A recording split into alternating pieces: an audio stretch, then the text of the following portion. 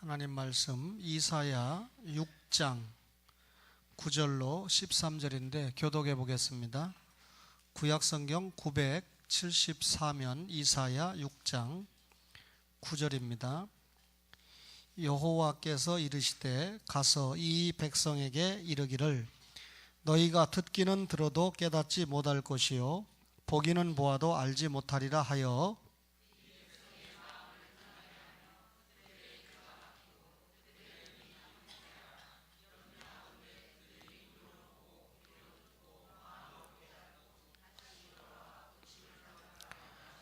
내가 이르되 주여 어느 때까지니까 하였더니 주께서 대답하시되 성읍들은 황폐하여 주민이 없으며 가옥들에는 사람이 없고 이 토지는 황폐하게 되며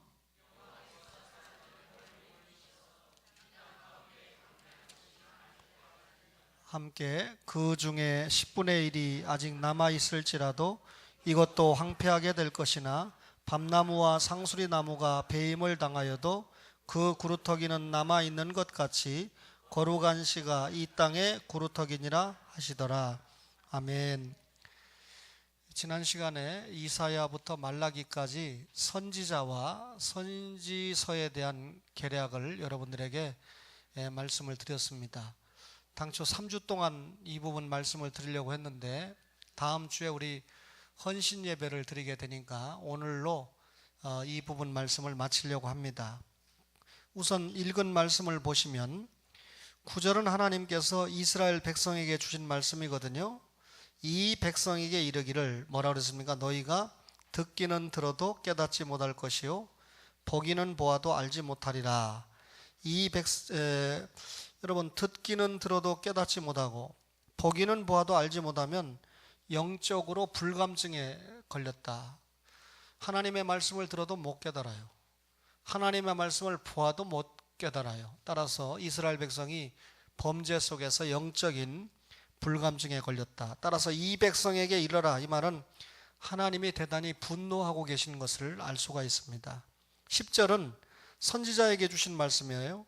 이 백성의 마음을 둔하게 하며 그들의 귀가 막히고 그들의 눈이 감기게 하라. 이 선지자가 마음을 열게 하는 게 선지자의 역할인데 하나님께서 선지자에게 왜 이런 말씀을 주실까요? 마음을 둔하게 하라. 이 말은 하나님의 은혜를 자각하지 못하게 해라. 그들의 귀가 막히게 해라. 이 말은 깨닫지 못하게 해라. 그들의 눈이 감기게 하라. 이 말은 통찰력을 가지지 못하도록 해라. 그 말이거든요. 염려하건대 그들이 눈으로 보고 귀로 듣고 마음으로 깨닫고 다시 돌아와 고침을 받을까 하노라. 지금 범죄한 이스라엘 백성들을 철저하게 하나님께서 파멸시킨다는 뜻이죠. 회복의 가능성을 주지 않겠다는 뜻입니다. 그러니까 선지자가 깜짝 놀랐어요. 내가 이르되 주여 어느 때까지입니까? 하나님 언약 백성 아닙니까? 하나님께서 언약을 지키시는 분 아닙니까? 그런데 이렇게 철저하게 패망을 주신다니요 하니까 주님께서 대답하시되 성읍들은 황폐하여 주민이 없으며 가옥들에는 사람이 없고 이 토지는 황폐하게 되며. 무슨 말입니까? 완전한 파멸이 있기 전에는 복귀가 없다. 완전한 파멸이 우선 되어야 된다. 이스라엘의 범죄에 대해서 철저하게 하나님이 심판하시겠다. 하나님의 심판의 아주 어미로움을 보여주고 있는 말씀이죠. 여호와께서 사람들을 멀리 옮기셔서 이 땅 가운데 황폐한 곳이 많을 때까지니라. 이 땅 가운데 황폐한. 그런데 13절에 뭐라 그래요? 그 중에 10분의 1이 아직 남아있을지라도 10분의 1도 어떻게 돼요? 황폐하게 될 것이나 밤나무와 상수리나무가 배임을 당하여도 뭐가 남아요? 구루터기는 남아있는 것 같이 거룩한 씨가 이 땅에 구루터기니라. 그 말입니다. 결국 13절의 말씀은 무슨 말이냐면 이스라엘이 우상 숭배하고 하나님의 말씀에 불순종해서 엄청난 심판이 진행되는 중에도 누가 있다? 렘넌트, 남은 자가 있다. 그 말입니다. 근데 거기 뭐 구루터기를 얘기했는데요. 53장 2절을 보세요. 이사야 53장 2절을 보시면 하나님의 말씀 얼마나 오늘 무서운 말씀입니까? 53장 2절에 보면 그는 주 앞에서 자라나기를 연한 순 같고 마른 땅에서 나온 뿌리 같아서 그분은 고운 모양도 없고 풍채도 없은즉 우리가 보기에 흠모할 만한 아름다운 것이 없도다. 자, 이스라엘이 범죄에서 철저하게 패망당했죠. 황폐해졌죠. 그 황폐한 땅에서 뭐가 나오고 있습니까? 연한 순, 그 다음에 마른 땅에서 나온 뿌리. 누구죠? 예수님을 이야기하는 거예요. 오늘 이 말씀을 여러분들이 잘 이해하시면 성경을 어느 정도 아시는 분입니다. 자, 이사야 1장 1절을 보세요. 이사야 1장 1절에 보니까 유다 왕 우시야와 요담과 아하스와 히스기야 시대에 아모스의 아들 이사야가 유다와 예루살렘에 관하여 본 계시라. 유다는 남쪽 유다를 말하고 예루살렘은 그 수도를 말하죠. 그러면 이 우시야라고 하는 왕은 52년 동안이나 왕 노릇을 했는데 경제적으로 굉장히 번영하고 우시야 때 유다가 너무 힘이 세니까 주변 나라가 넘보지 못했던 그런 강국을 이뤘던 왕이 우시야입니다. 근데 여러분이 잘 아시는 것처럼 우시야가 제사장이 감당해야 될 분향에 동참했다가 무슨 병을 얻게 되죠? 나병, 한센시병, 문둥병을 얻게 됩니다. 그래서 문둥병에 왕이 걸리다 보니까 별궁에 머물게 되는데 우시야는 남쪽 유다를 대표하는 통치자였습니다. 그런데 그런 대표적인 통치자가 영적으로 교만했기 때문에 하나님의 심판을 문둥병으로 받게 되는데, 여러분, 우시야의 이런 모습은 남쪽 유다의 영적인 상태가 그다지 좋지 않았다라고 하는 것을 반영을 하게 됩니다. 이사야는 지금 언제부터 예언을 시작해요? 우시야 왕 때부터 시작해요. 방금 말씀드렸습니다. 우시야 왕의 영적인 상태가 좋지 않았고 남쪽 유다의 영적인 상태가 좋지 않을 그때에 하나님께서 누구를 보냈어요? 이사야를 보내서 예언을 하게 되는데, 여러분, 이때는 유대 나라의 두 번째 왕인, 이스라엘의 두 번째 왕인 다윗이 통치를 끝내고 대략 170년이 지난 때입니다. 그런데 다윗 통치 170년 이후에 영적인 상태가 오늘 읽었던 이사야 6장 9절 이하에 보기는 듣기는 들어도 깨닫지 못하고 보기는 보아도 알지 못한다. 아주 영적으로 대단히 무감각한 상태에 이르게 된다. 그래서 결국 남쪽 유다가 어떻게 된다고 썼습니까? 거기에 완전히 망해버린다. 남쪽 유다가 망한다고 이사야가 예언했는데 실제로 주전 586년에 망하게 되잖아요. 그죠? 근데 망해도 어떻게 망합니까? 아주 철저하게 망한다. 거기 분명히 10절에 뭐라고 그랬어요? 다시 돌아와 고침을 받을까 하노라. 다시 돌아와서 고침을 받지 못할 정도로 철저하게 심판을 받는다. 그런데 여러분, 이런 말씀을 읽을 때는 우리가 기가 막혔는데 13절에 밤나무 상수리 나무가 배임을 당하여도 그 구루터기는 남아있는 것 같이 거룩한 씨가 이 땅의 구루터기다 라고 하는 말씀은 무슨 말입니까? 거룩한 씨를 통한 새로운 이스라엘을 열겠다 그 말이에요. 그러면 이스라엘이 범죄해서, 남쪽 유다가 범죄해서 철저하게 하나님의 심판을 받게 해놓고, 그리고 하나님께서 새로운 이스라엘을 일으키겠다. 누구에 대한 예언이죠? 예수 그리스도에 대한 예언이죠. 메시아의 초림에 대해서 설명을 하고 있는 것입니다. 다시 말하면 하나님께서 메시아를 통한 새로운 시대를 열기 위해서 완고하고 완악하고 하나님의 말씀에 불순종했던 이스라엘이라는 옛 시대를 확실하게 닫아버리겠다 그 말입니다. 그런데 오늘 읽었던 말씀에 보니까 옛 이스라엘 닫아버리는데 하나님의 심판이 혹독할 만큼, 하나님의 자비와 긍휼을 전혀 볼 수 없을 만큼 그 시대를 닫아버리겠다. 그런데 뭐가 남습니까? 구루터기는 남는다. 자, 구루터기에서 뭐가 나와요? 연한 순, 새싹이 나오죠? 구루터기에서 뭐가 나옵니까? 새싹이 나온다는 말은 예수님을 얘기했죠. 고운 모양도 풍채도 없는 예수님이죠. 그렇다면 새로운 이스라엘이 출발한다 그 말이죠. 그 새로운 이스라엘을 출발시키는 분이 창세기 3장 15절에 말씀한 여자의 후손, 거룩한 씨 예수 그리스도를 말하는 거예요. 그러면 여러분, 이사야가 결국 지금 예언을 통해서 뭘 얘기하고 있습니까? 이스라엘 역사를 통해서 누가 오신다는 걸 얘기하고 있죠. 메시아 예수 그리스도가 오고 있다는 것을, 오신다는 것을 말씀한 거예요. 과거의 이스라엘에 아브라함이 믿음의 조상의 역할을 했던 것처럼 메시아가 오시면 그 메시아 예수께서 새로운 이스라엘의 조상의 역할을 감당할 것이다. 여러분, 이사야가 이런 예언을 한 다음에 적어도 800년 정도가 되어서 누가 이 땅에 오십니까? 예수님이 오시는 거예요. 이사야는 자기 뒤에 적어도 750년 내지 800년 뒤에 오시는 메시아 사건을 하나님의 영감을 받아서 역사를 통해서 이야기를 했다는 거죠. 자, 예수님이 이 땅에 오셨습니다. 근데 여러분, AD 30년에 예수님이 십자가 지셨죠? 그로부터 40년이 지난 다음에 예루살렘이 어떻게 됐나요? 로마의 디도 장군에 의해서 철저하게 멸망당하고 짓밟히지 않았습니까?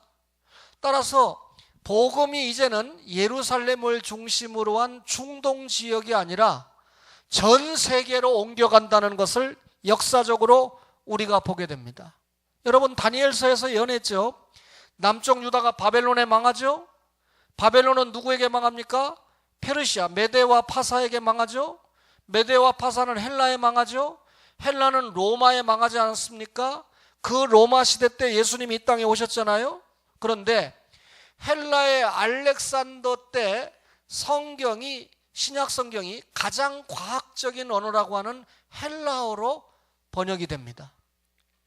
구약 성경이 히브리어로 되어 있는데 70인역은 히브리어를 헬라어로 번역한 거 아닙니까? 그러니까 헬라어라고 하는 언어가 성경이 기록되게 하는데 아주 중요한 역할을 했습니다. 또 로마의 군사 도로, 로마의 엄청난 우편제도의 발달, 그래서 여러분, 도로가 잘 뚫리고 우편제도가 발달되니까 하나님의 말씀을 다른 나라에 전하는데 굉장히 용이했고, 편지를 써서 다른 데 전하는데도 굉장히 용이했던 시대가 이때지 않습니까?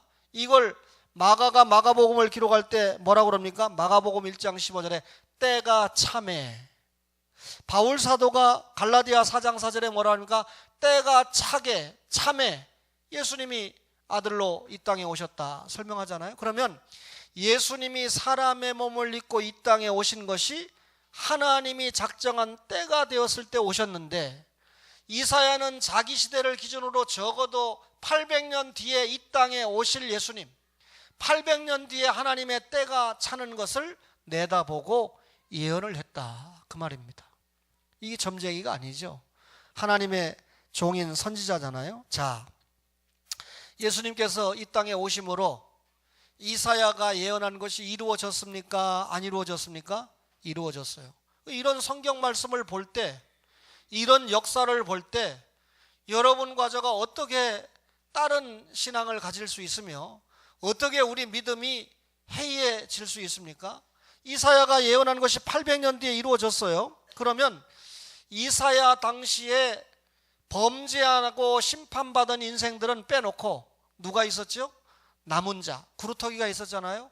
그 남은 자 구루터기는 이사야가 예언한 대로 누가 오신다는 걸 믿고 신앙을 견뎠습니까? 예수님이 오신다는 걸, 초림하실 예수님을 기다리면서 신앙을 지켰다는 거죠. 온갖 어려움이 있었지만 믿음을 지켰다는 것이죠. 자, 우리가 보통 하나님의 구속사적인 무대다. 구속사라는 건 하나님의 구원과 역사를 합쳐서 구원 역사, 구속사가 되는데, 자, 오늘 이사야 시대에 그 다음에 중요한 선지자가 누굽니까? 예레미야 시대. 그 다음에 포로로 끌려갈 때 중요한 선지자가 누가 있습니까? 에스겔 시대. 그 다음에 포로로 끌려가서 총리 대신을 했던 다니엘 시대가 있잖아요.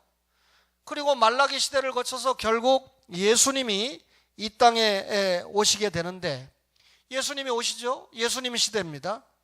그 다음에 예수님이 십자가를 지신 후에 뭐가 멸망한다고 그랬습니까? AD 70년에 예루살렘 성이 철저하게 멸망을 당하게 됩니다.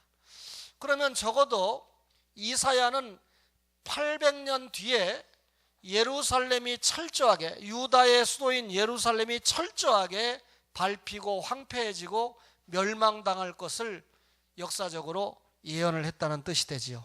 그러면 이런 이 역사의 변화 속에서 여러분과 저가 남은 자라면 어떻게 신앙생활해야 되느냐?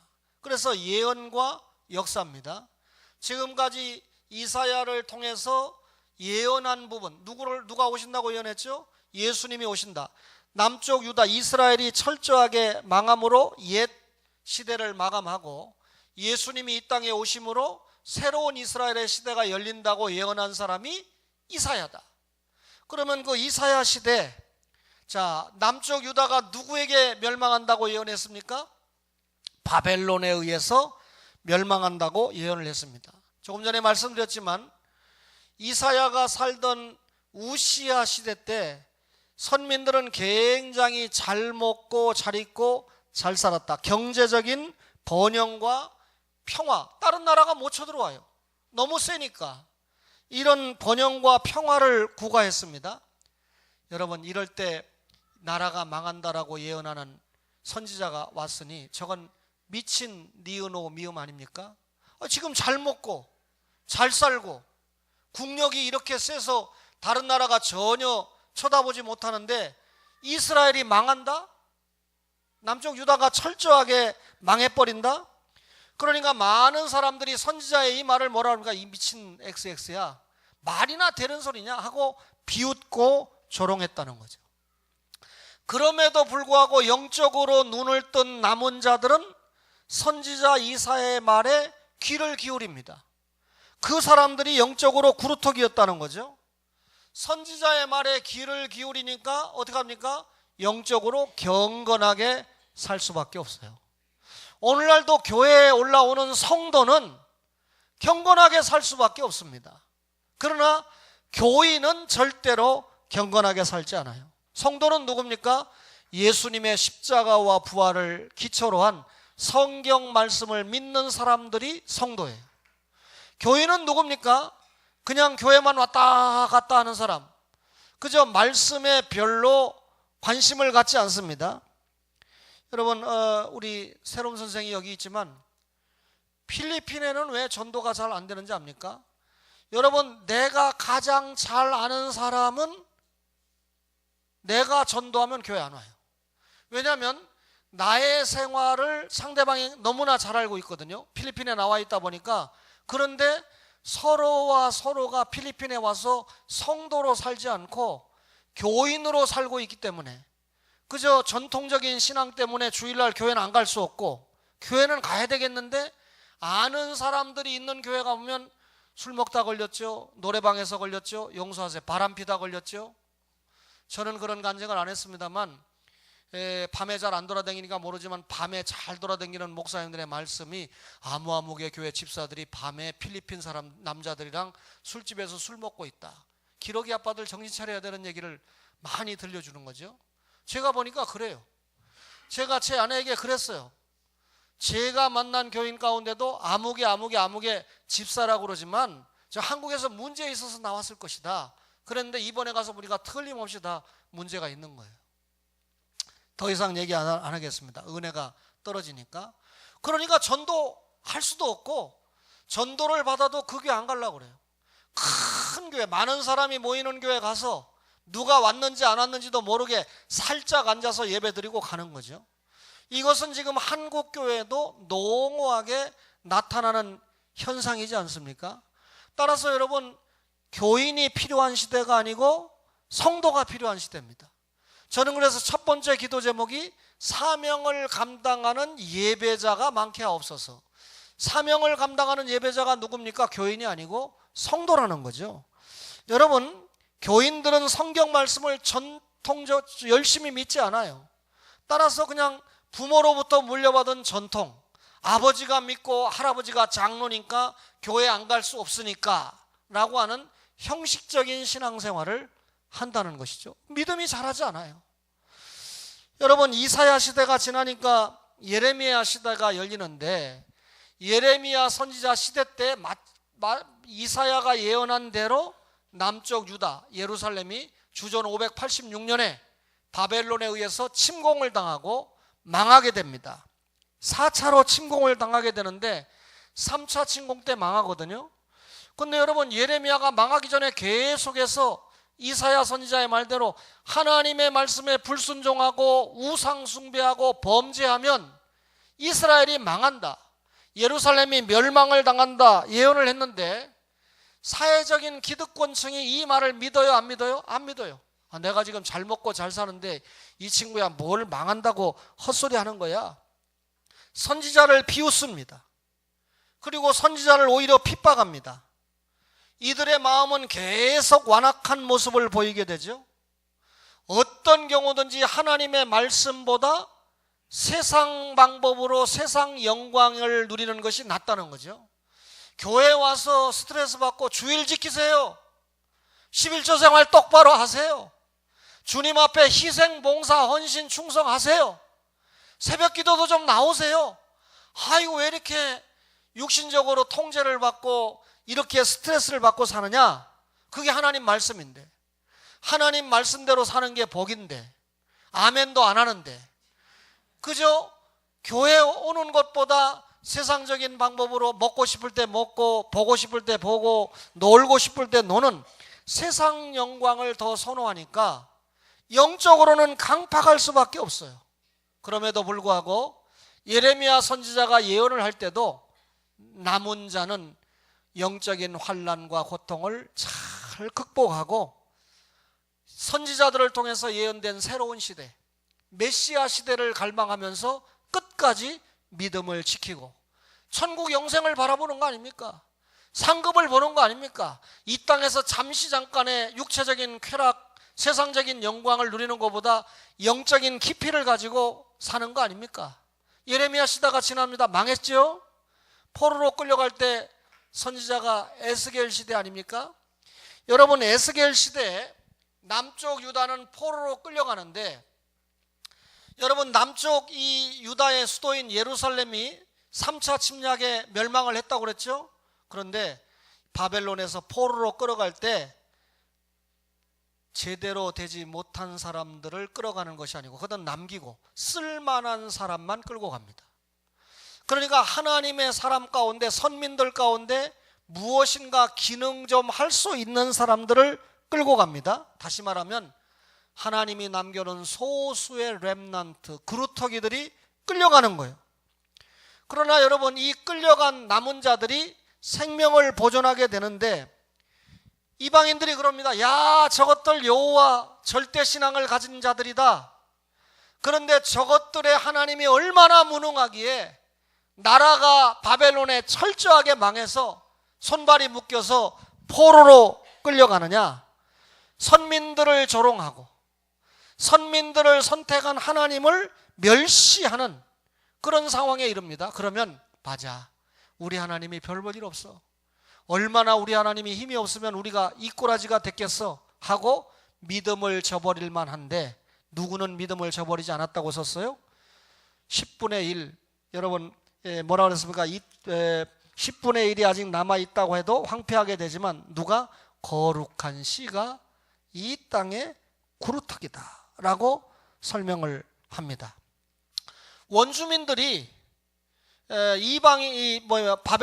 남은 자들을 비웃습니다. 조롱을 합니다. 저들 뭐 하나님을 잘 믿는다고 어쩌고 저쩌고 하는데 남의 나라에 포로로 끌려가서 종살이나 하고, 그럼에도 불구하고 이 남은 자들은 새로운 이스라엘의 출현, 다시 말하면 메시아를 대망하면서 포로로 끌려간 현장에서도 믿음을 포기하지 않고 굳건하게 믿음을 지켰다, 그 말이죠. 여러분, 유명한 다니엘을 기억하지 않습니까? 이사야, 예레미야 애가는 예레미야고 에스겔, 그 다음에 누굽니까? 대선지자 가운데 다니엘이 있잖아요. 그런데 여러분, 다니엘 시대 때는 하나님께서 특별한 방법으로 적국에서 포로 생활하는 선민들을 보호합니다.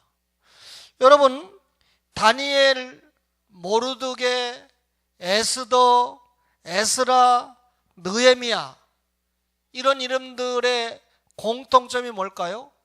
지금 다른 나라에 끌려가서 식민지 생활을 하고 있습니다.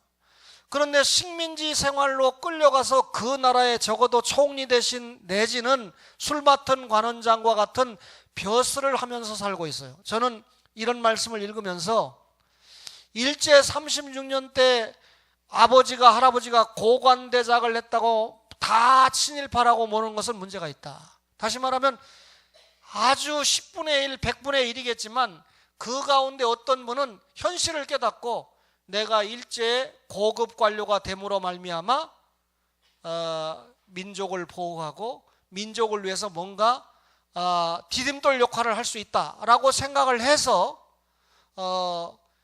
출세한 사람도 있을 거예요. 제가 태어난 충남 논산군 연산면 신암리라고 하는 곳은 내가 사는 산동네는 그 당시에 18호였고 아랫동네까지 합치면 약 60호 정도가 되는 그런 곳이었습니다. 그런데 윗동네와 아랫동네 사이에 중돌이라고 하는 곳에 김아무개가 살고 있었는데 저희 아버지보다 4살 많은 사람이에요. 그런데 이 사람이 6.25 시대 때 완전히 빨갱이가 됐어요. 그 동네 사람들이 아무도 빨갱이가 안 되고 도망가고 이래 했는데 이 사람만 빨갱이가 됐습니다. 그래 이 시대가 바뀌니까 완전히 빨갱이를 색출해가지고 처단하는 그때 이 사람이 여지없이 끌려갔지요. 그래서 이제 지금 가네들은 주로 우리를 죽창으로 죽이고 했지만 총살을 시키기 직전인데 온 마을 사람들이 우리 아버지를 포함해서 온 마을 사람들이 탄원서를 냅니다. 이 사람은 빨갱이였지만 마을 사람들에게 단 한 건도 피해를 준 적이 없습니다. 일례로 예를 들면 저희 아버지가 1932년생이니까 6.25가 일어났을 때 18살 아닙니까? 그러면 이제 이 각도병을 위시해서 군대로 끌고 갈 나이인데 워낙 우리 할아버지를 잘 만나가지고 저희 아버지는 국무총리 안 나오잖아요. 장관 안 나오고 다 들통나면 떨어지니까. 그래가지고 할아버지를 잘 만나서 우리 큰아버지도 우리 아버지도 다 별로 이 전쟁과 관계없이 살았어요. 그런데 어느 날 끌려갔거든요. 빨갱이들에게 끌려갔는데 저희 할아버지가 좀 괜찮은 분이었는데도 불구하고 그건 어떻게 빼낼 수가 없습니다. 그래서 아침부터 저녁까지 두들겨 맞았어요. 저희 아버지가 완전히 죽는 겁니다. 거기서. 그런데 방금 말한 그 사람이 마침 빨갱이 심부름을 갖다가 들어왔는데 보니까 저희 아버지가 자기보다 몇 살 적은데 죽게 생겼거든요. 그래 보니까 그 사람이 뭐라냐면 이 사람은 절대로 용서하세요. 이 사람은 절대로 우리 이 공화국에 뭐 폐가 되거나 뭐 이런 짓을 할 사람이 절대로 아닙니다. 그래서 일단 빼놓은 거예요. 그러니까 그 사람은 자기가 빨갱이였지만 빨갱이가 아닌 사람들은 절대로 어떻게 됩니까? 신고해가지고 죽이고 잡고 해야 되는데 동네 사람들 그런 식으로 살리는 역할에 사용을 받았어요. 근데 저희 아버지만 혜택을 받은 게 아니라 많은 사람들이 그렇게 혜택을 받아 놓으니까 막상 이 사람이 빨갱이로 몰려서 처형을 받을 때 동네 사람들이 다 달라들어서 이 사람은 빨갱이였지만 절대로 우리에게 피해를 준 일이 없다 해서 장수하고 3년 전에 세상을 떠났어요. 내가 어려서부터 그 사실을 들었기 때문에 그 아저씨를 볼 때마다 그 아저씨한테 그런 말은 안 했지만 저 아저씨는 빨갱이 아저씨인데 아주 잘 살았구나 하는 생각을 해보게 됩니다. 여러분 무슨 얘기하나 이 얘기합니까? 특별한 방법으로 적국에서 보호를 받았는데 여러분 이 이스라엘이 바벨론의 포로로 끌려간 이후에 예수님이 오실 때까지 제대로 된 해방은 마띠아 시대 때 약 100년밖에 없어요.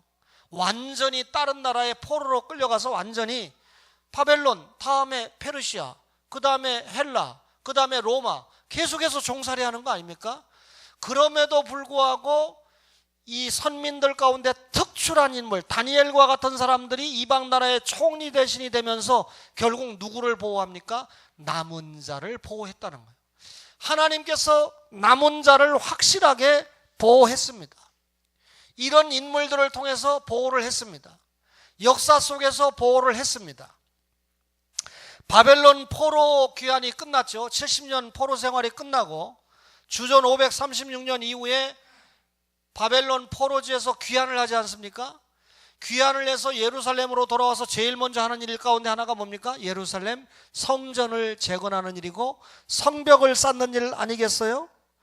비록 저들이 페르시아의 고레스 왕 때 예루살렘으로 돌아왔다 할지라도 식민지 생활에서 완전히 벗어난 건 아니에요. 바벨론 포로 생활을 하다가 지금은 페르시아의 포로 생활을 하는 건데 다만 신앙의 자유를 고레스를 통해서 누리는 것뿐이죠. 여러분, 포로 생활을 하고 돌아와서 예수님이 이 땅에 오시기까지 약 450년 전후가 기다려져야 됩니다. 포로 생활을 마치고 예수님 오시기까지도 이스라엘 백성들은 죽도록 환난을 당하고 영적으로 연단을 혹독하게 받았다는 것입니다.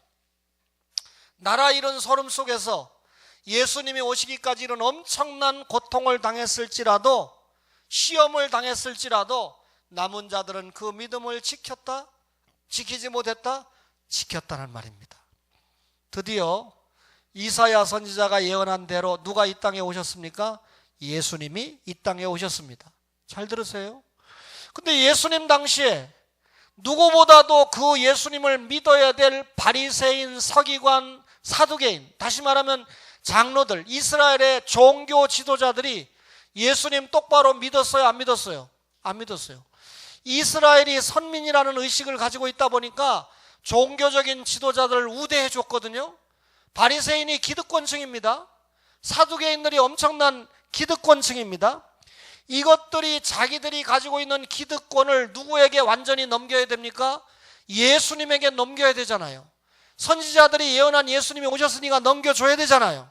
그런데 이것들은요, 하나님을 위한 영광보다도 세상의 영광을 더 추구했던 바리새인들이기 때문에 예수님에게 기득권을 넘겨주지 않습니다. 귀를 닫습니다. 예수님의 말씀에 귀 닫습니다. 예수님의 말씀에 마음을 닫습니다. 누가 예언했습니까? 누가 예언했습니까? 이사야가 예언했습니다.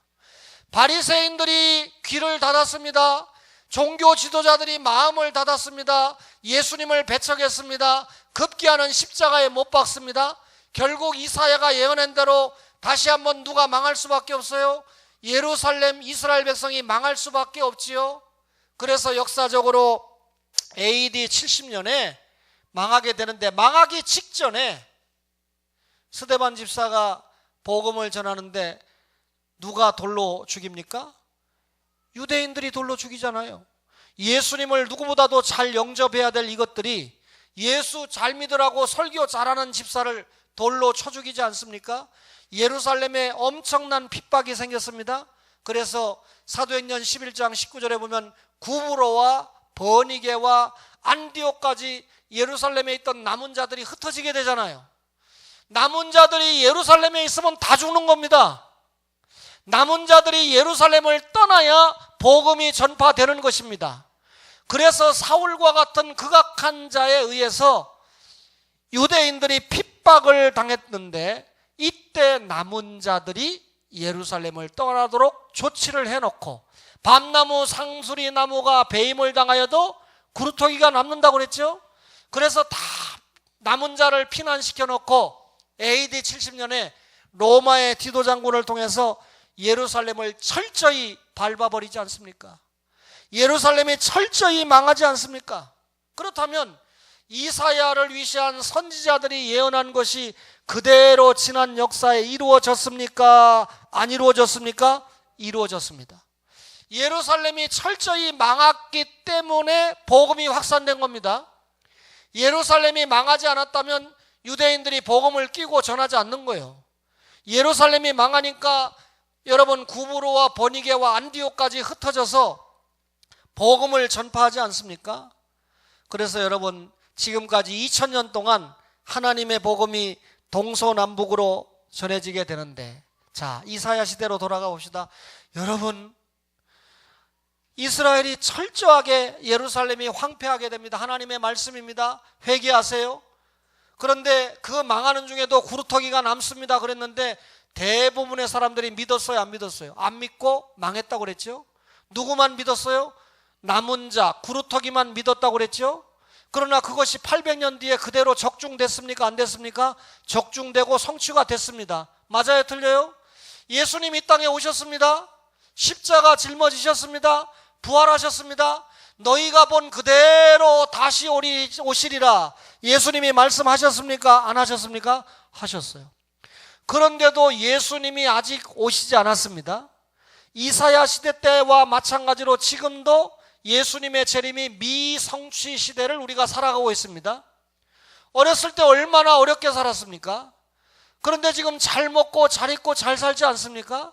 그러니까 목사가 강단에서 아무리 죄를 외치고 멸망을 외치고 심판을 외쳐도 이사야 시대 때 대부분의 사람들이 선지자의 말씀을 무시하고 경시했던 것처럼 하나님의 말씀에 귀를 기울이지 않고 경건 생활에서 점점 멀어지고 기도 생활에서 점점 멀어지고 말씀 생활에서 점점 멀어지는 기가 막힌 시대를 살고 있습니다.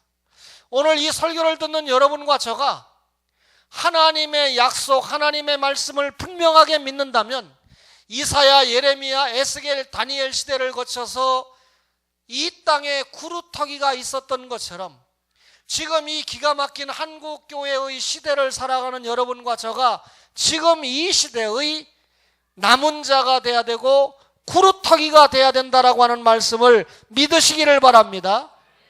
이 말씀을 믿는다면 경건 생활에 진력해야 되죠. 우리 눈에 안 보이고 당장 우리 귀에 안 들리고 당장 손으로 만져지지 않아도 하나님은 신실하신 분이고 하나님은 전능하신 분이라고 하는 사실을 깨닫게 될 때 우리는 소망의 인내를 가지고 살아야 됩니다. 우리 김규환 목사님이 야간에 있는 아저씨를 전도를 자꾸 했대요. 또 저는 처음에 이분에게 사실 고발도 당했던 사람 아닙니까? 그런데 이분을 처음 다시 모시면서 제가 이야기했습니다. 박명천 선생님은 꼭 그 자리에서 예배를 드렸잖아요. 그러니까 앞으로 교회를 나오시면 좋겠습니다. 그러니까 교회 나온다는 소리는 안 하고 자기는 성경 공부하러 다닌다 이렇게 얘기를 해서 제 아내와 제가 혹시 성경 공부한다 그러면 이단들도 많이 성경 공부를 시키니까 어떻게 된 게 이단들이 더 성경 공부를 시켜요 요즘. 그래서 혹시 이분이 이단들 모임에 다니는 게 아닌가 하면서도 만나는 시간이 자주 없다 보니까 그랬는데 제가 그랬거든요. 지금이 이제 2월 5일이 한 달 지난 월급날인데 한 달 동안 일 열심히 하시면 재계약을 할 것이고 변화가 자꾸 어떻게 될지 모르니까 한 달이 지나고 나서 열심히 하시면 재계약을 하겠습니다. 그런데 이제 한 달이 다 되고 월급 날짜가 오잖아요. 근데 오늘 저에게 와서 한 달이 다 됐는데 교회 안 나가면 문제가 생길 수도 있겠구나 하는 것도 있겠고 또 여러분에게 말하기 어려운 다른 부탁도 저에게 하기 위해서 오셨는데 앞으로 어쨌든 교회 열심히 나오시리라고 믿어요. 저는 어떤 경우든지 구령과 양육에 포커스를 맞추고 사람을 상대합니다. 어떤 이 성도님을 우리 교회 다니다가 나가신 성도님을 우연찮게 약국에서 만났는데 자기도 앉아있다가 일어나서 나에게 인사를 하고 제가 그럴 때 일어나는 사람입니까?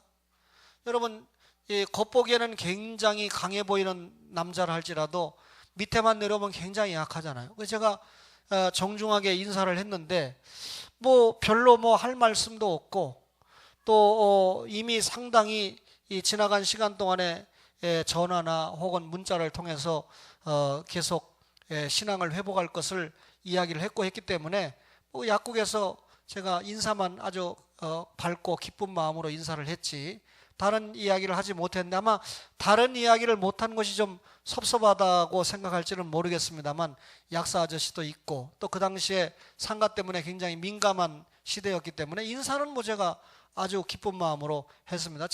사람이 여러분 원수가 없잖아요. 저는 우리 교회만 나와야 꼭 복 받는다. 저는 여러분 어떤 목사님이 자기 교회 다니다가 자기 교회를 딱 떠나면 아주 저주를 받을 거다 이렇게 얘기하는 목사님을 몇 번 봤는데, 그런 목사님은 신학 공부를 어디서 했나 그렇게 생각해요. 우리 교회가 정 안 맞으면 당장 다음 주부터 떠라. 또 자기에게 맞는 교회 가서 신앙생활하면 돼요. 그런데 그 기준이 뭡니까? 말씀이지 않겠어요? 그렇죠? 에? 동숙 집사님이 날 버리고 어디를 가요? 그죠? 나도 동숙 집사를 안 버리는데, 그죠? 김교천 장로님하고 내 쬐끔 밖에 일 못했어요. 은퇴하셨잖아요. 그러나 어떻게 된 거예요? 요새 구역장 시켜놓고 나니까 회사에서 자꾸 불러. 통에 자복기도라도 해야 돼. 그죠? 김동숙 집사님 네 분하고는 내가 시대를 열어서 일을 해야 되잖아요. 서연이 서인은 시대를 열어서 선제까지 일을 할 수 있도록 길을 열어주는 역할이 제 역할이지, 제가 선제 언제 집사시켜가지고 11조 받아가지고 주의 일 하겠어요. 그래도 제가 무시하지 않거든요. 여러분, 이 예루살렘 성이 완전히 파괴됨으로 이사야는 역사적으로 모두 성취가 된 것처럼 예수님께서 하신 모든 말씀은 우리가 살아가고 있는 이 역사에서 분명히 그대로 실천이 될 거예요. 이루어질 거예요. 그러니까 바벨론 포로 생활을 살았을 때의 구루터기들처럼 이 시대를 살아가는 우리도 여전히 뭘로 살아야 된다는 말이죠? 구루터기로 살아야 된다는 말이죠. 여러분, 악인은 그 시대를 핑계대면서 예수님을 잘 믿지 않습니다. 하나님께 영광을 돌리지 않습니다. 그러나 우리는 박근혜 시대든 이명박 시대든, 저 여러분, 이게 공적인 예배 시간이지만 이명박 대통령이 책 내는 거 전혀 못 낼 이유 하나도 없다고 생각합니다. 그러나 저는 치사하다고 생각합니다. 왜냐하면 박근혜 인기가 70% 올라갔을 때 책을 내야지 왜 29%로 떨어지니까 지금 와서 그런 책을 냅니까? 나 같으면 70%대 딱 내고 당당하게 한번 붙든가. 뭔가 있는 거 아니에요? 그러니까 뭔가 좀 당당하지 못하다 하는 생각을 제가 해보게 됩니다. 이 대통령이 정치를 잘하는 것은 여러분과 저에게도 큰 도움이 되겠는데, 그냥 자기 무슨 박? 친주님이 돼야 되는데 친박 중에 뭘 갖다가 경제 수장으로 쓰다 보니까 뭐 조금 제대로 하는 것도 같고 못하는 것도 같고, 이 사람들이 어려운 일을 겪어봤어야 제대로 하죠. 그러다 보니까 실수해가지고 대통령 인기를 확 끌어내린 거 아닙니까? 그러니까 많이 대통령도 깨달아야 될 것 같아요. 하나님 앞에 좀 무릎 좀 꿇어야 될 것 같아요. 여러분, 역사적인 상황이 어떻게 변하든지 간에 여러분과 저의 신앙은 남은 자로 구루터기로 고수가 돼야 되죠. 그죠? 우리 교회 장로님들이 이 정신을 바짝 차리셔야 되는데, 공개적으로 제가 기도하고 잘 나셨건 못 나셨건, 제가 잘났건 못 났건 장로님으로 세운 분들 아닙니까? 권사님으로 세운 분들 아닙니까? 근데 어떤 분은 장로도 형편없고, 이놈의 교회는 권사도 형편없고, 안수집사도 형편없고, 목사만 훌륭하대. 그래서 제가 얼마나 기분이 좋겠습니까? 근데 그 목사가 훌륭하다는 걸 나하고 생활도 안 해봤고 길게 생활도 안 해봤으니까 인격이나 이런 걸 얘기하는 게 아니에요. 설교가 좋다는 거예요.